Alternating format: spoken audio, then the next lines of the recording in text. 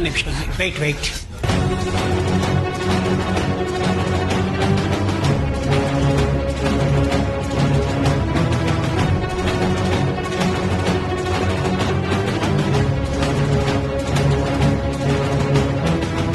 Injection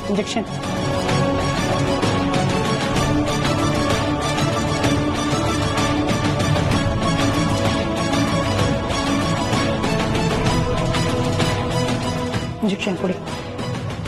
stretcher ತರಕಡಿ.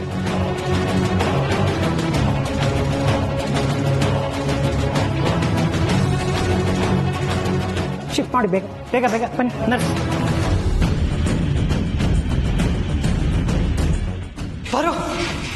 Doctor, Parvati ಏನಾಗಿದೆ? Poisson content ದೇಹದೊಳಗಡೆ ಸೇರೋದ್ರಿಂದ ಉಸಿರಾಟಕ್ಕೆ ತೊಂದರೆ ಆಗ್ತಾ ಇದೆ.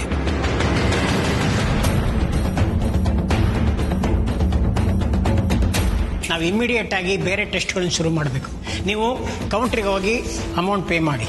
ಸರಿ ಡಾಕ್ಟ್ರೆ, ಎಷ್ಟು ಖರ್ಚಾದ್ರೂ ಪರವಾಗಿಲ್ಲ, ನಾನು ಸೊಸೆನ ಉಳಿಸ್ಕೊಡಿ ಡಾಕ್ಟ್ರೆ, ಪ್ಲೀಸ್. ನಾವು ನಮ್ಮ ಪ್ರಯತ್ನ ಮಾಡ್ತೀವಿ. ಉಳಿದಿದ್ದು ಅವನಿಗೆ ಬಿಟ್ಟಿದ್ದು.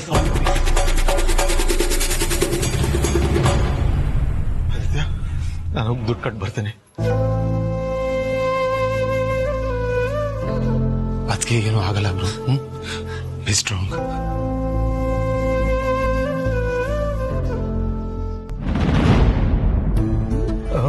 ದುಡ್ಡು ಕಟ್ಟೋದಿತ್ತು. Patient name sir? ಪಾರ್ವತಿ.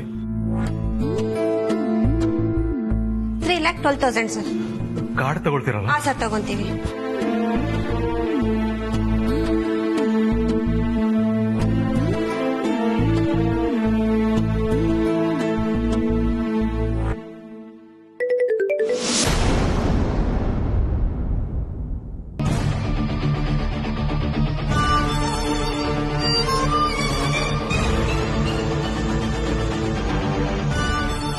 ನಮ್ ಜಾಯಿಂಟ್ ಅಕೌಂಟ್ ಇಂದ 3,12,000 ರೂಪಾಯಿ ಡೆಬಿಟ್ ಆಗಿದೆ.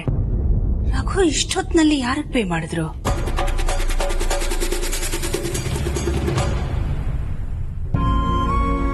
ಹಲೋ ಪ್ರೀತು, ಪಾರ್ವತಿ ಅವರಿಗೆ ಹೇಗಿದ್ದಾರೆ?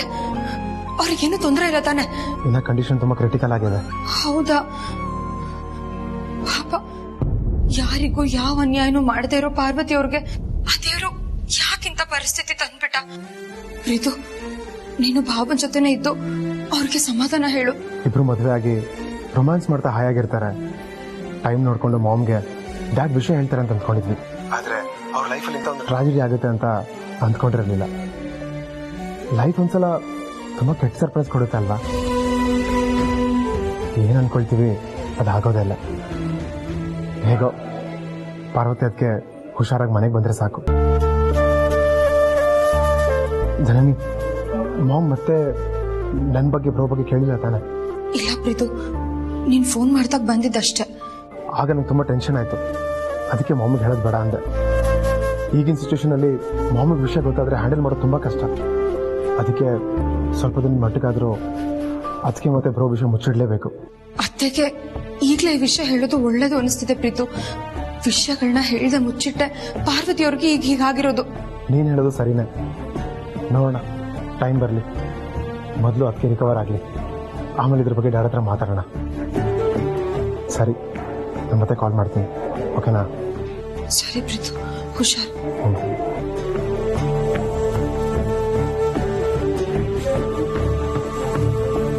ಇವತ್ತು ನಿಮ್ ಬರ್ತ್ಡೇ ಬೇರೆ ಅಲ್ವಾ?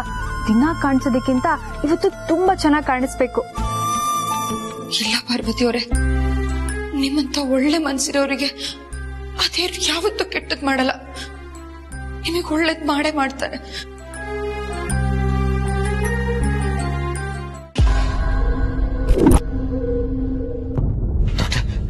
ಎಷ್ಟೆಲ್ಲ ಆಯ್ತಲ್ವ? ನನ್ನ ಪಾರ್ವತಿಗೇನು ಪ್ರಾಬ್ಲಮ್ ಇಲ್ಲ ತಾನೆ? ನಾವು ನಮ್ಮ ಎಲ್ಲ ಪ್ರಯತ್ನನೂ ಮಾಡ್ತಾ ಇದ್ದೀವಿ. ಬೆಳಿಗ್ಗೆವರೆಗೂ ವೆಯ್ಟ್ ಮಾಡೋಣ. ಬ್ರೀತಿಂಗು ಸ್ಟೆಬಿಲೈಸ್ ಆಗಲಿಲ್ಲ ಅಂದ್ರೆ ನಾವೇನು ಹೇಳಕ್ಕಾಗಲ್ಲ.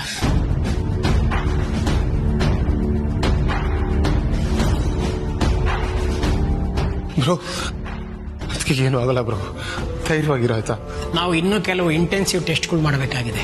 ನೀವು ಹೋಗಿ ಕೌಂಟ್ರಲ್ಲಿ ಅಮೌಂಟ್ ಕಟ್ಬಿಟ್ಟು ಬನ್ನಿ. ದಯವಿಟ್ಟು ನನ್ನ ಸೊಸೆನ ಉಳಿಸ್ಕೊಡಿ ಪ್ಲೀಸ್ ಡಾಕ್ಟ್ರೆ. Will do our level best. ಆಯ್ತು ಡಾಕ್ಟರ್.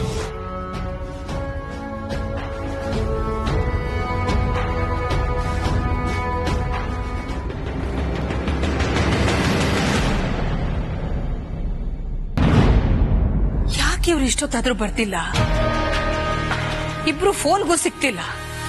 ಯಾಕೆ ಹೀಗ್ ಮಾಡ್ತಿದ್ದಾರೆ? ಮೇಡಮ್ ಬಿಲ್ ಪೇ ಮಾಡೋದಿತ್ತು. ಪಾರ್ವತಿ ಅಲ್ವಾ? 3 lakhs ಸರ್.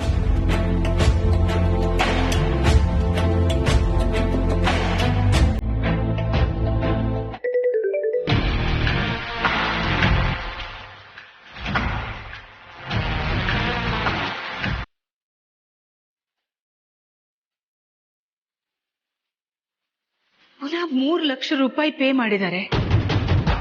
ಯಾರಿಗೆ ಮಾಡಿದ್ದಾರೆ? ಚಾರಿಟಿ ಟ್ರಸ್ಟಾ? ಇಷ್ಟೊತ್ತಿನಲ್ಲಿ ಯಾವ ಚಾರಿಟಿ? ಅಕೌಂಟ್ ಡೀಟೇಲ್ಸ್ ಚೆಕ್ ಮಾಡೋಣ.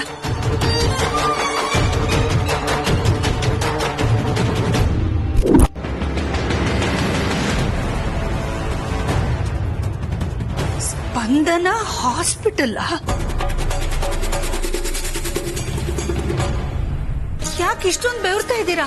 ಏನಿಲ್ಲ, ಸ್ವಲ್ಪ ಶೆಕೆ ಅಲ್ವಾ, ಅದಕ್ಕೆ ಅಷ್ಟೇ. ಮಾಮ್, ನಾನು ಡ್ಯಾಡ್ ಕೂಡ ವಾಕ್ ಹೋಗಿ ತುಂಬಾ ದಿನ ಆಯ್ತು. ಇವತ್ತು ನಾವಿಬ್ರು ಹೋಗ್ತೀವಿ, ನಾಳೆ ನೀವು ಹೋಗಿ, ಸರಿನಾ? ಡ್ಯಾಡ್ ಬನ್ನಿ, ಡ್ಯಾಡ್ ಹೋಗ್ಬರೋಣ. ಇಲ್ಲ, ನನ್ನಿಂದ ರಘು ಏನೋ ಮುಚ್ಚಿಡ್ತಾ ಇದ್ದಾರೆ.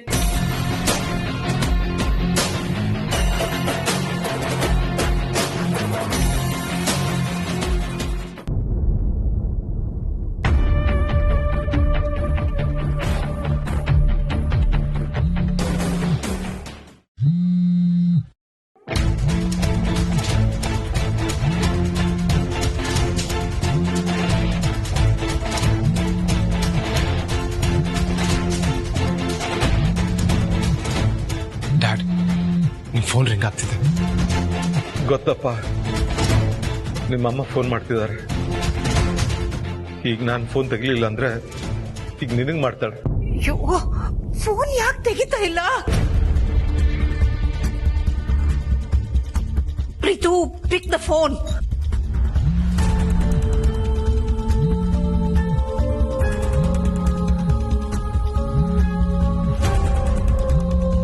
ಬೇಡ ಪ್ರೀತು, ರಿಸೀವ್ ಮಾಡಬೇಡ.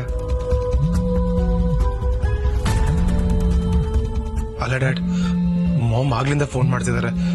ರಿಸೀವ್ ಮಾಡ್ಲಿಲ್ಲ ಅಂದ್ರೆ ಮನೆಗೆ ಹೋದ್ಮೇಲೆ ಏನಂತ ಹೇಳೋದು? ಅದನ್ನ ಮನೆಗೆ ಹೋದ್ಮೇಲೆ ಯೋಚನೆ ಮಾಡ್ರ. ಈಗ ರಿಸೀವ್ ಮಾಡಬೇಡ. ಈಗ ರಿಸೀವ್ ಮಾಡಿದ್ರೆ ಏನ್ ಹೇಳ್ಬೇಕು ಅಂತ ಗೊತ್ತಾಗಲ್ಲ.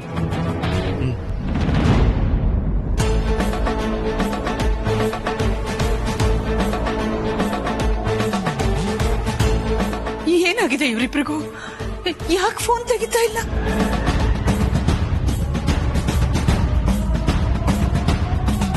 ಇಲ್ಲ, ರಘು ನನ್ನಿಂದ ಏನೋ ಮುಚ್ಚಿಡ್ತಾ ಇದ್ದಾರೆ. ಆಗ್ಲೇ ಎಷ್ಟೊಂದು ಬೆವರ್ತಾ ಇದ್ರು. ವಾಕ್ ಮಾಡ್ಕೊಂಡು ಬರ್ತೀವಿ ಅಂತ ಏನೋ ಸಮಜಾಯಿಷಿ ಕೊಟ್ಬಿಟ್ಟು ಹೊರಟ್ಬಿಟ್ರು. ಬಟ್ ಏನೋ ಆಗಿದೆ. ಇಬ್ರು ಫೋನು ತಗೋತಾ ಇಲ್ಲ.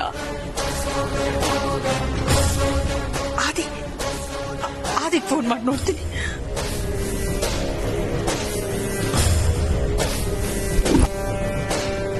ಕಾಮಿನಿ ಯಾಕೆ ಮೆಸೇಜ್ ಮಾಡ್ತಿದ್ದಾಳೆ?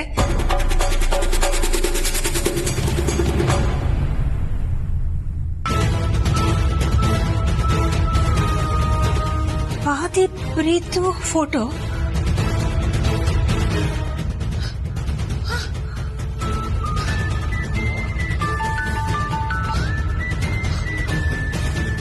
ಹಲೋ ಹಲೋ ಅಕ್ಕ, ನಾನೊಂದು photo ಕಳ್ಸಿದ್ದೆ,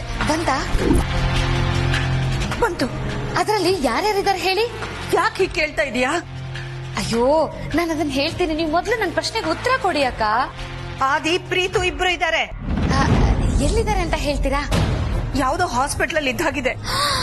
thank you so much ಅಕ್ಕ. ಅಪ್ಪ, ಥ್ಯಾಂಕ್ ಯು ದೇವ್ರೆ. ಅಕ್ಕ, ನನ್ಗೆ ಪ್ರೀತು ಹೇಳ್ದಂಗೆ ಯಾವ ಸಿಂಡ್ರೆಲ್ಲ ಕಾಯಿಲೆನೂ ಇಲ್ಲ ಅಂದಂಗಾಯ್ತು. ಅಕ್ಕ, ನನ್ಗೆ ಸಿಂಡ್ರೆಲ್ಲ ಕಾಯಿಲೆ ಇದೆ ಅಂತ ಎಲ್ರು ಹೆದರ್ಸ್ಬಿಟ್ಟಿದ್ರಕ್ಕ. ಅದ್ರಲ್ಲೂ ಪ್ರೀತು ಇದನ್ನಲ್ಲ, ನನ್ಗೆ 3ನೇ ಸ್ಟೇಜು 4ನೇ ಸ್ಟೇಜು ಅಂತೆಲ್ಲ ಹೇಳ್ಬಿಟ್ಟಿದ್ದ.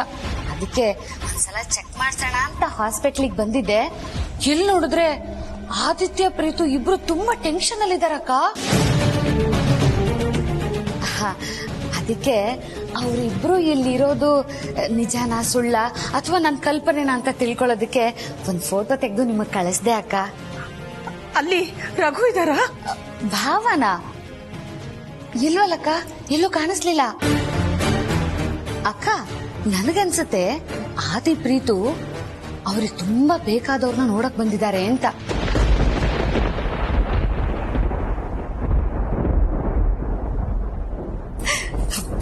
ನನ್ ಕೆಲ್ಸ ಆಯ್ತು, ಈಗ ಮಜಾ ಬರುತ್ತೆ.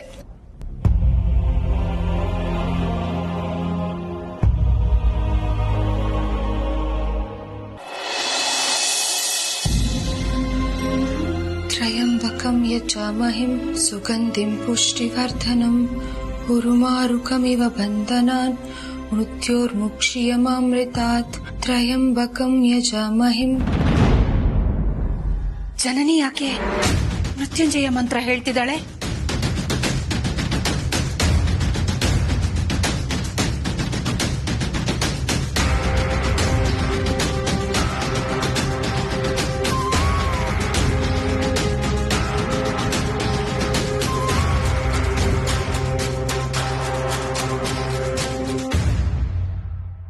ಜನನಿ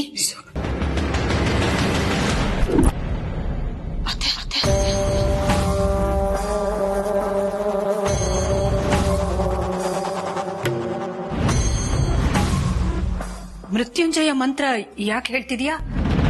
ಯಾರಿಗೂ ಹುಷಾರಿಲ್ಲ? ಯಾರಿಗೂ ಇಲ್ಲ ಅತ್ತೆ. ಮತ್ತ್ಯಾಕ್ ಮೃತ್ಯುಂಜಯ ಮಂತ್ರ ಹೇಳ್ತಿದೀಯಾ? ಅತ್ತೆ ಅದು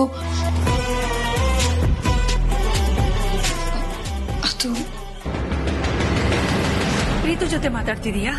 ಇಲ್ಲ ಅತ್ತೆ, ನನ್ನ ಫ್ರೆಂಡ್ ಜೊತೆ ಮಾತಾಡ್ತಿದ್ದೆ. ಯಾಕೆ ಇಷ್ಟೊಂದು ಬೆವರ್ತಾ ಇದ್ದೀರಾ?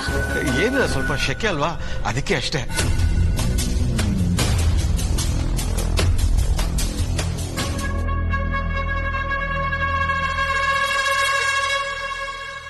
ತ್ರಯಂಬಕಂ ಯಜಾಮಹಿಂ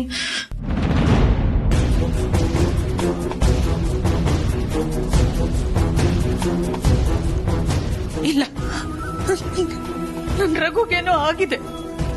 ನಾನ್ ಟೆನ್ಷನ್ ಮಾಡ್ಕೋತೀನಿ ಅಂತ ಇವರೆಲ್ಲ ನನ್ನಿಂದ ಮುಚ್ಚಿಡ್ತಾ ಇದ್ದಾರೆ. ತಕ್ಷಣ ನಾನು ರಘು ಇರೋ ಹಾಸ್ಪಿಟ್ಲ್ಗೆ ಹೋಗ್ಬೇಕು.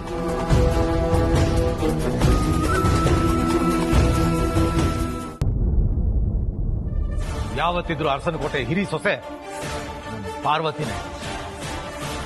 ನನ್ನ ಮಗ ಆದಿತ್ಯನ್ಗೆ ಪಾರ್ವತಿ ಬಿಟ್ರೆ ಬೇರೆ ಯಾರು ಹೆಂಡತಿ ಆಗಕ್ಕೆ ಸಾಧ್ಯನೇ ಇಲ್ಲ. ಅಕ್ಕ ಎಲ್ಲಿ? ಆಸ್ಪತ್ರೆಯಲ್ಲಿದ್ದಾಳೆ. ಅದ್ ನನ್ಗೂ ಗೊತ್ತಿದ್ದು ಯಾಕೆ ಕೇಳ್ತಿದೀಯಾ? ಅವಳು ಬದುಕಿದಾಳ ಸತ್ತಿದಾಳ ಅಂತ ಕೇಳ್ತಾ ಇದ್ದೀನಿ. ಪ್ರಪಂಚದಲ್ಲಿ ನಿನ್ನಂತ ಅಪ್ಪನೂ ಇರ್ತಾರೆ ಅಂತ ನನ್ಗೆ ಇವತ್ತು ಗೊತ್ತಾಗಿದ್ದು. ಮಕ್ಳು ತಪ್ಪು ಮಾಡಿದ್ರೆ ತಿದ್ದಿ ಬುದ್ಧಿ ಹೇಳ್ತಾರೆ, ಆದ್ರೆ ನೀನು ಛೇ, ನಿನ್ನ ಅಪ್ಪ ಅಂತ ಹೇಳ್ಕೊಳಕ್ಕೆ ನಂಗೆ ನಾಚಿಕೆ ಆಗ್ತಿದೆ. ಅಕ್ಕ ವಿಷ ತಗೊಂಡಿದ್ದಾಳಲ್ಲ, ಅವಳೇ ತಗೊಂಡ್ಲಾ ಅಥವಾ ನೀನೇ ಕುಡಿಸ್ತೀಯಾ? ನೋಡಪ್ಪ, ಅಕ್ಕಂಗೆ ಒಂಚೂರು ಹೆಚ್ಚು ಕಮ್ಮಿ ಆದ್ರೂ ನಾನಂತೂ ನಿನ್ನ ಸುಮ್ನೆ ಬಿಡಲ್ಲ. ಸಾಯಿಸ್ತೀಯ ನನ್ನ? ಛೇ, ನಾನೇ ನೀನ್ ಕೆಟ್ಟೋದ್ನ? ನಾನೇ ನಿನ್ ಜೊತೆ ಇರಲ್ಲ, ಎಲ್ಲ ದೇಶಾಂತರ ಹೊತ್ತೋಗ್ತೀನಿ. ಅಕ್ಕಂಗೆ ವಿಷ ಕೊಟ್ಟೋನು ನಾಳೆ ನನ್ಗೇನು ಮಾಡಲ್ಲ ಅಂತ ಏನ್ ಗ್ಯಾರಂಟಿ? ಒಂದ್ ವೇಳೆ ಅಕ್ಕಂಗೆ ಏನಾದ್ರೂ ಆದ್ರೆ ನಾನಂತೂ ಖಂಡಿತ ಬದುಕಿರಲ್ಲ, ಸತ್ತೋಗ್ತೀನಿ ಅಷ್ಟೇ. ಗಣಿ,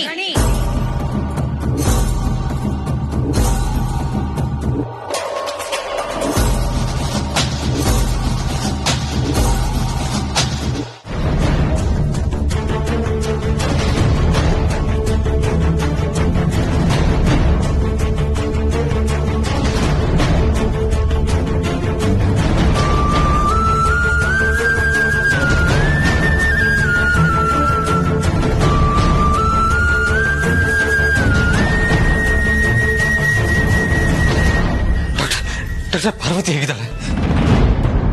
I am sorry to say this. ಅವರು ನಮ್ಮ ಟ್ರೀಟ್ಮೆಂಟ್ಗೆ ಸ್ಪಂದಿಸ್ತಾ ಇದ್ದಾರೆ.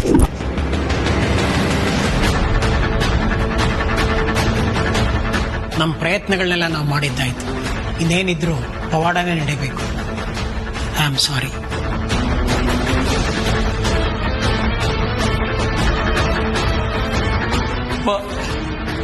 ನನ್ ಪಾರು ಆ ದೇವ್ರ ಮೇಲೆ ಭಾರ ಹಾಕಿ ಧೈರ್ಯದಿಂದ ಇರೋಣ. ಹೆಂಡತಿ ಒಳ್ಳೆತನಕ್ಕೆ ಆ ದೇವ್ರು ಖಂಡಿತ ಅವಳನ್ನ ಕಾಪಾಡ್ತಾನೆ, ಆ ನಂಬಿಕೆ ನನಗಿದೆ. ಅವಳು ಯಾವ್ದಕ್ಕೂ ರೆಸ್ಪಾಂಡೇ ಮಾಡ್ದಿಲ್ವಂತಲ್ಲ ಅಪ್ಪ. ಬ್ರೋ, ಬೆಳಗ್ಗೆವರೆಗೂ ಟೈಮ್ ಇದೆ, ಅದಕ್ಕೆ ಖಂಡಿತ ರೆಸ್ಪಾಂಡ್ ಮಾಡೇ ಮಾಡ್ತಾರೆ. ಅಪ್ಪ, ನಾನು ಪಾರನ್ ನೋಡ್ಬೇಕು. ಆಯ್ತಪ್ಪ, ನೀನು ಹೋಗು, ಅವಳ ಹತ್ರನೇ ಇರು.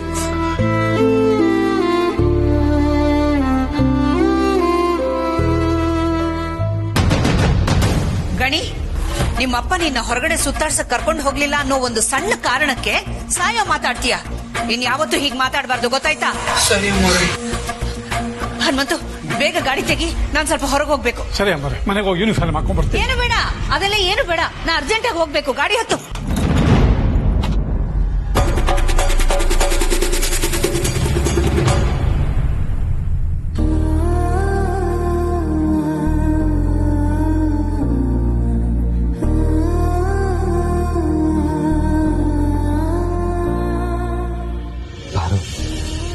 ನಿನಗೇನೂ ಆಗಲ್ಲ, ಧೈರ್ಯವಾಗಿರು.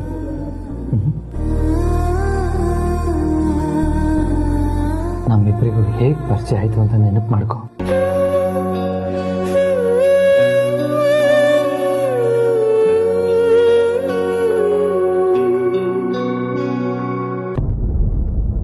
ಆಮೇಲೆ ನಾವಿಬ್ರು ಹೇಗೆ ಸ್ನೇಹಿತರಾದ್ವಿ ಅನ್ನೋದು ನೆನಪು ಮಾಡ್ಕೋಬಾರು.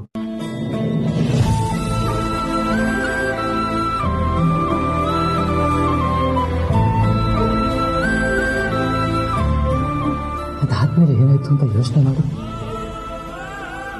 ಈಗ ನಾನು ಹೇಳೋದಕ್ಕೆ ಹೊರಟಿರೋದು ನನ್ನ ಜೀವನದ ಅತ್ಯಂತ ಮುಖ್ಯವಾದ ಘಟ್ಟ. ಏನು ಹೇಳು? ಅದೇ ಬಾರು, ನಮ್ಮಿಬ್ಬರ ಮದುವೆ. ಅಂದ್ರೆ ಆ್ಯಡ್ ಶೂಟ್ನಲ್ಲಿ ನಡೆದ ಆ ಘಟನೆ.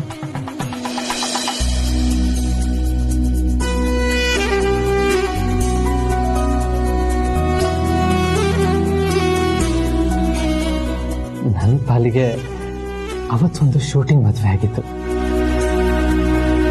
ಆದ್ರೆ ನಿನಗೆ ನನ್ನ ರಕ್ಷಣೆಗೋಸ್ಕರ ನಿನ್ ಕುತ್ತಿಗೆ ಉಳಿಸ್ಕೊಂಡ ಪ್ರೀತಿಯ ಕವಚ, ನಾನ್ ಕಟ್ಟಿದ ತಾಳಿ. ನಿನ್ ದೃಷ್ಟಿಲಿ ಆವತ್ತಿಂದ ನಾನು ನಿನ್ ಗಂಡ ಆಗಿದ್ದೆ.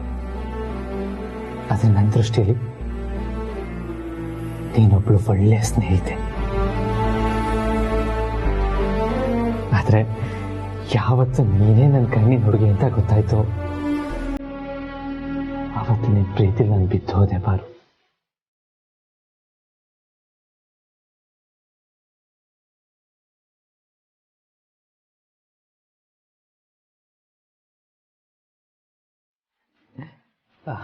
ಅದೇನೋ ಇತಿಹಾಸ ಅಂತಾರಲ್ಲ, ಹಾಗಾಯ್ತು. ಮೊದಲು ನಾವಿಬ್ರು ಪ್ರೀತಿ ಅನ್ನೋ ಸುಂದರವಾದ ಬಲೆಯಲ್ಲಿ ಬಿದ್ವಿ. ಆಮೇಲೆ ಕನಸಿನ ಲೋಕದಲ್ಲಿ ತೇಲಿದ್ವಿ, ಪ್ರೇಮ ಲೋಕದಲ್ಲಿ ಹಾರಾಡಿದ್ವಿ. ಅದೆಲ್ಲ ಆದ್ಮೇಲೆ ನಾವು ಮತ್ತೆ ಮದುವೆ ಆದ್ವಿ. ಎಷ್ಟು ವಿಚಿತ್ರ ಅಲ್ವಾ?